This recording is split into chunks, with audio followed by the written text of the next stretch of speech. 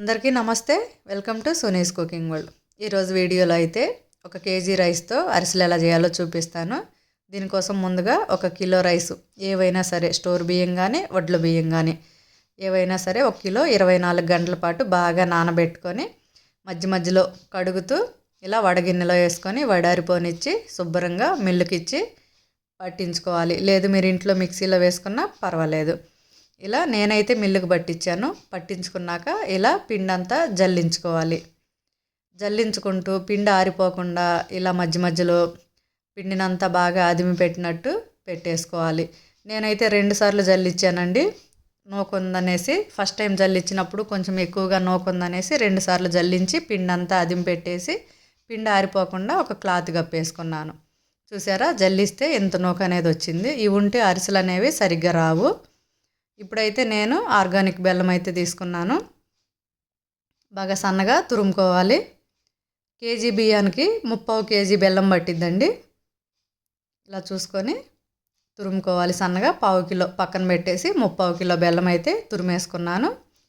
తురుముకున్న బెల్లం అంతా ఒక చిన్న గిన్నె తీసుకొని కరిగించుకోవాలి. ఫస్ట్ పాకం కాదండి, జస్ట్ బెల్లం కరిగించుకోవాలి.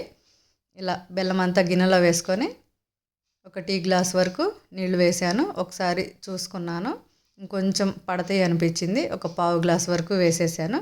ఇలా అంతా ఒకసారి కలిపేసుకొని స్టవ్ మీద పెట్టుకొని కలుపుకుంటూ బెల్లాన్ని అయితే కరగనివ్వాలి. పాకం అయితే తర్వాత పట్టుకుందాము. ఫస్ట్ అయితే బెల్లాన్ని కరిగించుకోవాలి. మంటను మీడియం ఫ్లేమ్లో పెట్టుకొని కలుపుకుంటూ బెల్లాన్ని అయితే కరిగించుకోవాలి. ఏమైనా నలకలు అలాంటివి ఏమైనా ఉంటాయేమో కరిగించుకొని వడకట్టుకొని తర్వాత పాకం పట్టుకోవాలి. బెల్లం అంతా కరిగిందండి. మనం ఏ గిన్నెలో అయితే పాకం పట్టుకోవాలనుకుంటున్నామో ఆ గిన్నెలోకి ఈ బెల్లాన్ని అంతా వడకట్టుకోవాలి. మళ్ళీ స్టవ్ ఆన్ చేసుకొని మంటని హై ఫ్లేమ్లో పెట్టుకొని ఇలా కలుపుకుంటూ పాకాన్ని అయితే రానివ్వాలి. ఆల్రెడీ బెల్లం కరిగింది కాబట్టి పాకం అనేది త్వరగానే వచ్చిద్దండి. ఇలా అంతా నొరగలాగా వచ్చి బాగా కరిగిన తర్వాత ఒకసారి గిన్నెలో నీళ్లు వేసుకొని చూసుకోవాలి. పాకం అయితే ఇంకా రాలేదు. ఇలాగే మధ్య మధ్యలో చూసుకుంటూ ఉండాలి. కలుపుకుంటూ వెంటనే చూసుకుంటూ ఉండాలి. ఇంకోసారి కూడా వేసాను. ఈసారి కూడా సరిగ్గా రాలేదు, కానీ దగ్గరగా వచ్చింది. ఇప్పుడు మళ్ళీ 1 నిమిషం పాటు కలిపేసుకొని మళ్ళీ కొంచెం వేసి చూశాను. ఈసారి అయితే పాకం అయితే రెడీ అయిపోయింది. చూసారా, ఇలా చేతికి అంటుకోకుండా రౌండ్గా బాల్ లాగా వచ్చింది. ఈ పాకం అయితే అరిసెలకి బాగుండిద్దండి. ఇందులో 2 టేబుల్ స్పూన్ల నువ్వులు, 1 టేబుల్ స్పూన్ యాలకుల పొడి వేసుకోవాలి. 2 టేబుల్ స్పూన్ల నెయ్యి కూడా వేసుకొని అంతా ఒకసారి బాగా కలిపేసుకోవాలి. నువ్వులు మీకు ఇష్టమైతే వేసుకోండి, లేదంటే వేసుకోవద్దండి. ఇప్పుడైతే కలుపుకుంటూ పిండిని అయితే కొంచెం కొంచెంగా వేసుకుంటూ చూసుకుంటూ కలుపుకోవాలి. అంతా ఒకేసారి పోసుకోకుండా నిదానంగా. నేను కలుపుతున్నాను, మా బాబు వేస్తున్నాడు. ఈసారి అరిసెలు అనేవి మేమిద్దరమే చేసుకున్నాము, అమ్మ కొడుకులమే. స్పీడ్గా కలుపుకుంటూ కొంచెం కొంచెం పోసుకోవాలండి.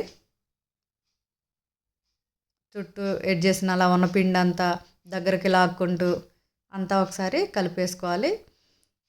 ఇలా వచ్చిన తర్వాత ఆపేసుకొని నిదానంగా కొంచెం కొంచెం పిండి వేసుకొని కలుపుకోవాలి. ఎందుకంటే ఒకేసారి పోసేసి పిండి అనేది గట్టిగా అయిపోతే మళ్ళీ ఇబ్బంది అయిపోయింది. అందుకని కొంచెం వేసుకుంటూ చూసుకుంటూ కలుపుకోవాలి.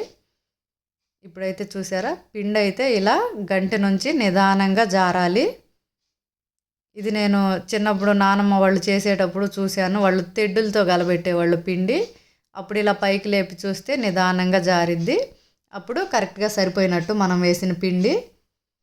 ఇలా అంతా పిండి అంతా దగ్గరకు తీసేసుకొని బాగా ఒకసారి ఇలా లోపలికి నొక్కి పెట్టినట్టు అనేసి పైన అయితే నెయ్యి కానీ నూనె కానీ ఏదైనా సరే వేసేసుకోవాలి. పిండి అనేది ఆరిపోకుండా ఉండిద్ది.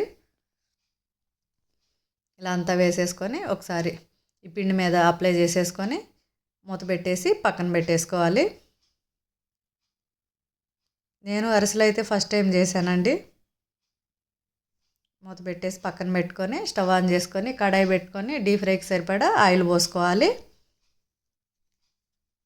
మీరు నెయ్యిలో అయినా చేసుకోవచ్చు, లేదా సగం నెయ్యి సగం నూనెలో అయినా చేసుకోవచ్చు అండి. నేనైతే ఫస్ట్ టైం చేస్తున్నాను కదా, ఆయిల్లోనే చేశాను.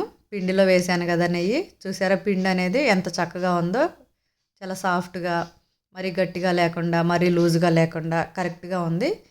మొత్తం ఒకసారి తీయకుండా కొంచెం తీసి ప్లేట్లో పెట్టుకొని చిన్న అరిసెలాగా చేసుకొని ఆయిల్ బాగా కాగిన తర్వాత వేసుకోవాలి. చూసారా చక్కగా పొంగింది. ఇలా చక్కగా వస్తే మనం కలుపుకున్న పిండి అనేది సరిపోయిందండి కరెక్ట్గా అన్నీ. ఇప్పుడైతే ఒక బటర్ పేపర్ కానీ లేదా ఆయిల్ కవర్ కానీ పాల ప్యాకెట్ కానీ ఏదైనా సరే తీసేసుకొని నెయ్యి కానీ నూనె కానీ కొంచెం పేపర్కి అప్లై చేసేసుకొని మనం తీసుకున్న పిండి ఇలా ఉండలా చేసుకొని మనకు కావాల్సిన మందంలో కావాల్సిన సైజులో ఇలా అరిసెలాగా చేసేసుకొని బాగా కాగిన ఆయిల్లో వేసేసుకొని కొంచెం ఇలాగ ఆయిల్ అంటుంటే అరిసె అయితే చక్కగా పొంగిద్దండి. ఇలా పొంగిన తర్వాత వెంటనే రెండో వైపుకి కూడా తిప్పేసుకొని మంచి కలర్ వచ్చేంత వరకు ఉంచుకొని వెంటనే తీసేసుకోవటమేనండి. అరిసెలు అనేవి ఎక్కువసేపు అయితే టైం పట్టవండి, వెంటనే వేసుకుంటూ చూసుకుంటూ తీసుకోవాలి. ఇలా తీసేసి అరిసెల పీట మీద వేసుకొని లైట్గా ప్రెస్ చేసుకోవాలి. మరి బలమంతా ఉపయోగించి అయితే చేయమాకండి, లైట్గా ప్రెస్ చేసుకోవాలి. మా బాబు చేస్తున్నాడు ఈరోజు నాకు అరిసెల్లో సాయం. ఈసారి అయితే నువ్వుల అరిసె చేసుకుందాము. కొంచెం నువ్వుల్లో కొద్దిగా నెయ్యి వేసుకొని ఒకసారి అంతా కలిపి పెట్టుకోవాలి. ఇప్పుడైతే మనం చేసుకున్న పిండిని ఒక ముద్దలా చేసుకొని ఈ నువ్వుల్లో వేసామంటే ఈ పిండికి నువ్వులు అనేవి చక్కగా అంటుకుంటాయి. అప్పుడు తీసేసుకొని బటర్ పేపర్ మీద నెయ్యి అప్లై చేసేసుకొని ఇలా అరిసెలా చేసేసుకొని ఆయిల్లో వేసేసుకోవటమేనండి. నువ్వులు ఫస్ట్ టైం వేసినప్పుడు కొంచెం చిటపెట అన్నాయి, తర్వాత వేసినప్పుడు అయితే అనలేదు. ఒకసారి చూసుకొని జాగ్రత్తగా వేసుకోండి. ఇలాగే రెండో వైపుకి కూడా తిప్పేసుకొని దీన్ని కూడా ఈ ఆయిల్ అంతా పోయేదాకా లైట్గా ప్రెస్ చేసుకోవాలి. మరి ఎక్కువ ప్రెస్ చేయకూడదండి, లోపల ఉన్న పిండి కూడా బయటకు వచ్చేసిద్ది. అలాగే అరిసెలు అనేవి గట్టిగా అయిపోతాయి, అందుకని లైట్గా ప్రెస్ చేసుకోవాలి. ఇలాగే మిగిలిన అరిసెలన్నీ చేసేసుకోండి. అరిసెలు అనేవి చాలా బాగా కుదిరినాయండి. నేను ఫస్ట్ టైం చేశాను, మీరు కూడా ఒకసారి ఇలా ట్రై చేయండి. కొత్తగా చేసేవాళ్ళు అయినా కూడా చాలా బాగా కుదురుతాయి, చాలా బాగా వచ్చినాయి. ఈ వీడియో నచ్చితే సునీస్ కుకింగ్ వరల్డ్ ఛానల్ని సబ్స్క్రైబ్ చేసుకోండి.